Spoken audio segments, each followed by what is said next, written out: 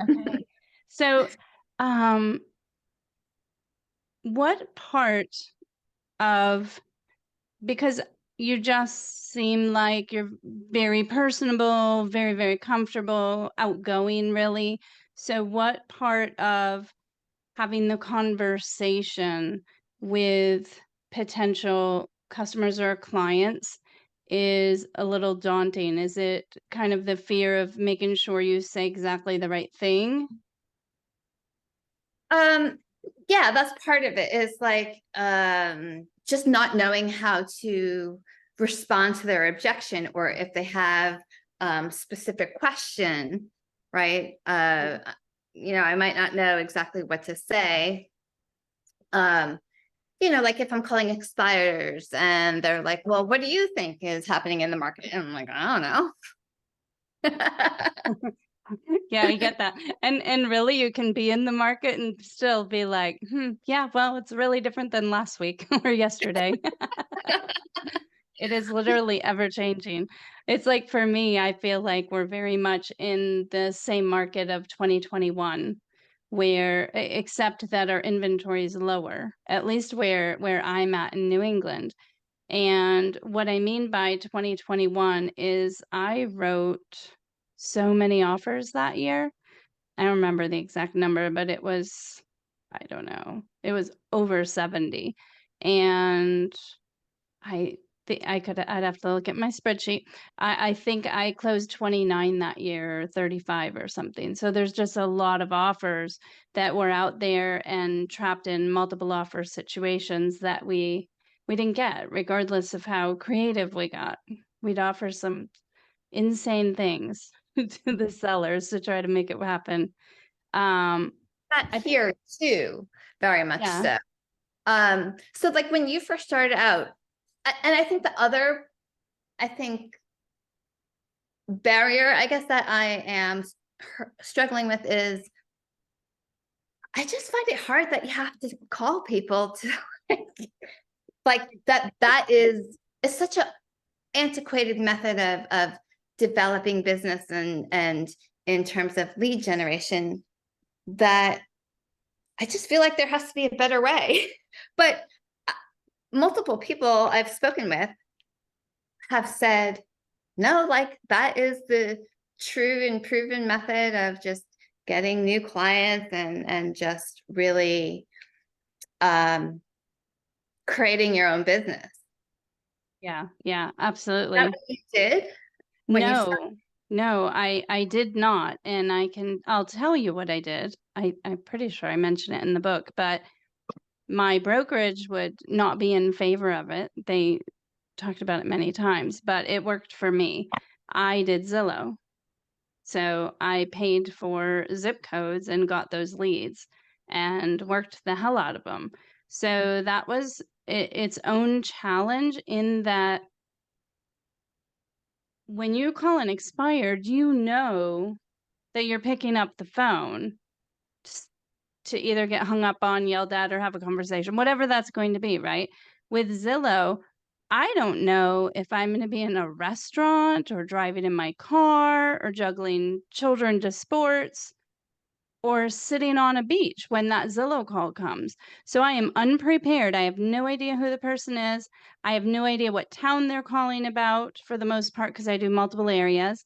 And I know nothing, what's the property? I'm not going to know until that moment. So that took me some time to get more comfortable with. I still will have some awkward calls and I'm just like, "Ugh, so annoying." But I'm definitely better at navigating it. And even within the context of those types of calls, I had to I had to figure it out because sometimes that caller's calling in and they just want the list agent. They don't want a buyer's agent, and they don't understand Zillow, and they don't understand who I am and why they got connected to me when they just want information on 123 Main Street, right? Mhm. So, keeping them on the phone and engaged and moving forward is something that I had to learn, and then getting them to the property and making that connection so they do want to use me, right? Right. So it's the whole process. My conversion rate's really high with Zillow, but it didn't happen overnight, and I really struggled. In fact, this is kind of funny. When the calls first started coming in, now keep in mind, I'm willingly signed up and I'm paying for this, right? My phone would ring and I wouldn't want to answer it. So here I am paying for it and I'm not answering my phone. And it took someone close to me to say, every one of those phone calls is costing you money. Mm, You have got to answer your phone. If you're tired, you're sad, you're whatever, stand up, put a smile on your face, and then press open on the cell phone. And that made a big difference because it would get me out of whatever I was in, right? right. So that was very helpful. And so you only do Zillow at leads now? Do you do any outbound calls? Our team is actually going through this now.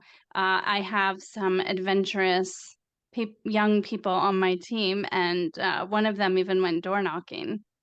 So that's been great to hear that through her because that's definitely not me. So it's interesting because in the very beginning, I said I wouldn't do cold calls, I wouldn't door knock, I wouldn't open my phone and talk to people I already know and say, "Hey, I'm in real estate, use me." Um, and the productivity coach for our brokerage just looked at me and he said, "You're going to have a hard time. Like, you've got to do these things." So it took me a little while to get out of my way. There, as you know, there's a huge level of uncomfortability and I think the way that we mentally process that and feel like we can cross over is if we sort of write it all out so we can we know the nuances, we can anticipate everything that's going to be said on both sides.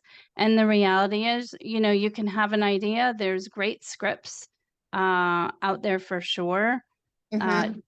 Jeff Glover is one of my favorites. I definitely look him up. Um, he is his team actually does so much of the outbound calling. And so just kind of knowing where to go is really helpful. It's we can write it out, we can practice it like whatever it takes for you to get more comfortable. It's like Zillow calls I could do in my sleep. Right. Well, you've been doing it for a while. That makes sense. So Yeah. I think it's just really not knowing how to respond if they have, when they have an objection.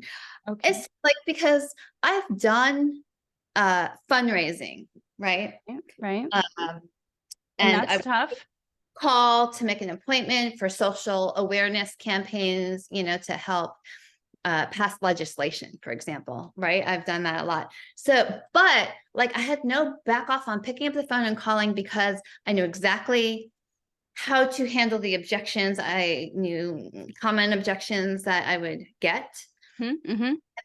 I knew kind of how to navigate those. So I think that's like really the missing component is I have uncertainty on, I don't even know what the objections would be. There are many. If we're if we're I know, but it helps to just be like, okay, what's the worst thing they can say to you, right? So Right. that takes care of the fear right there. Just kick it out. I think the best way to handle expireds, for example, is to put yourself in that homeowner's position. What do you think that is happening to them every day, all day? I'm sure they're getting a lot of calls. Yes, right? So try a completely different approach. Call. You can obviously you need to say who you are and the brokerage that you work for and ask them if they still want to sell their property.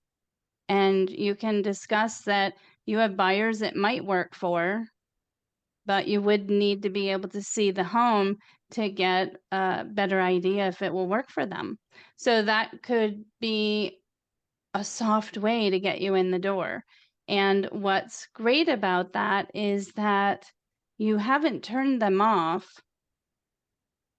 by trying to lock them in, right? Other people are going to call and it's going to just immediately be about them and getting that listing, right? But you can go this other approach, and that's on the back burner. You don't even mention that, right? Right. You need to see the property. I'd like to view the property and see if it'll work for my buyers.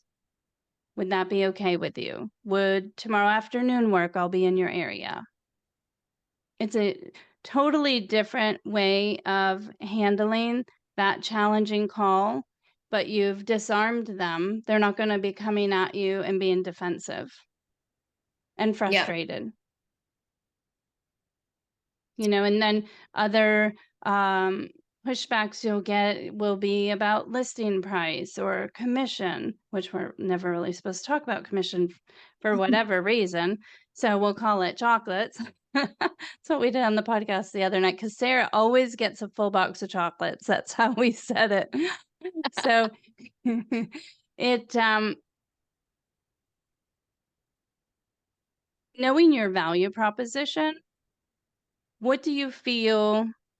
And it's something for you to think about. You obviously you don't have to answer, but what do you feel that you're bringing to the table that other agents in your area aren't, that would be advantageous for this homeowner to choose you, so that you have that in your back pocket at all times, Mm-hmm. knowing that you're coming forward with value, with a skill set, just based on the things you've done in your work history, right? You're capable of doing some things other people aren't. So just having confidence in that alone can help you navigate this with a bit more confidence. Yeah. Okay. I think this really helps just to like talk this through. What I think I'll do is I have time blocked out this morning. I'm gonna just try to do some calls, and then what I think the best way to do is like see what happens, Right? see what they say, and then if there's anything that like I stumble into, I can contact you and Yeah. and talk about the specific situations. Yeah, I love that. Take notes. I think that'll be great. How many do you think you'll do? Phone calls. Well, We're going to put a goal out there. hold on, let me just 20. Let's just Right, start with you go. I was thinking 10. I'm impressed. yeah, let me just get 20 done, and then just even the fact of doing them, it'll be good. And then I will definitely take notes and let you know what happens. Yeah, yeah. So we have what we talked about, and then another possibility, instead of leading with I don't even know if I'd say who you are first. That might need to be second. But instead of leading with are you still interested in selling your home? If you think about that sentence, they might shut down right then, right? Because they're getting bombarded by so many people. Right. So what if we lead with, I have a buyer who might be interested in your property, but I would need to preview it for them to see if it's going to work. Are you still interested in selling? Right? Do you see? And then go, tomorrow afternoon, Thursday, Friday, whatever day is actually going to work for you. Right. I think that's Okay. a better way.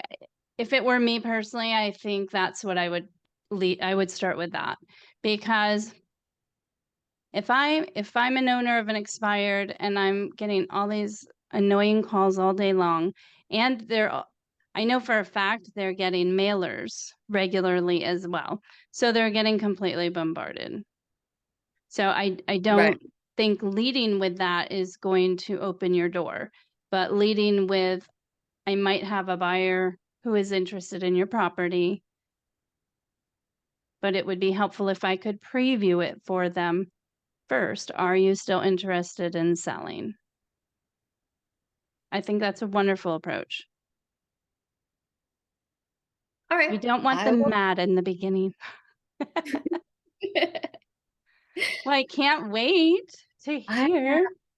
I will let you know. Okay, take notes. I will. Thank you so much for hopping on so quickly. Well, yeah. Anything else you want to cover real quick? No, I'm good. Okay. I'm inspired and I'm just gonna like go do it right Love away. it. All right, Amy. Awesome. Thank you for your time today, and I can't wait to hear how it goes. All right. Have a great holiday weekend.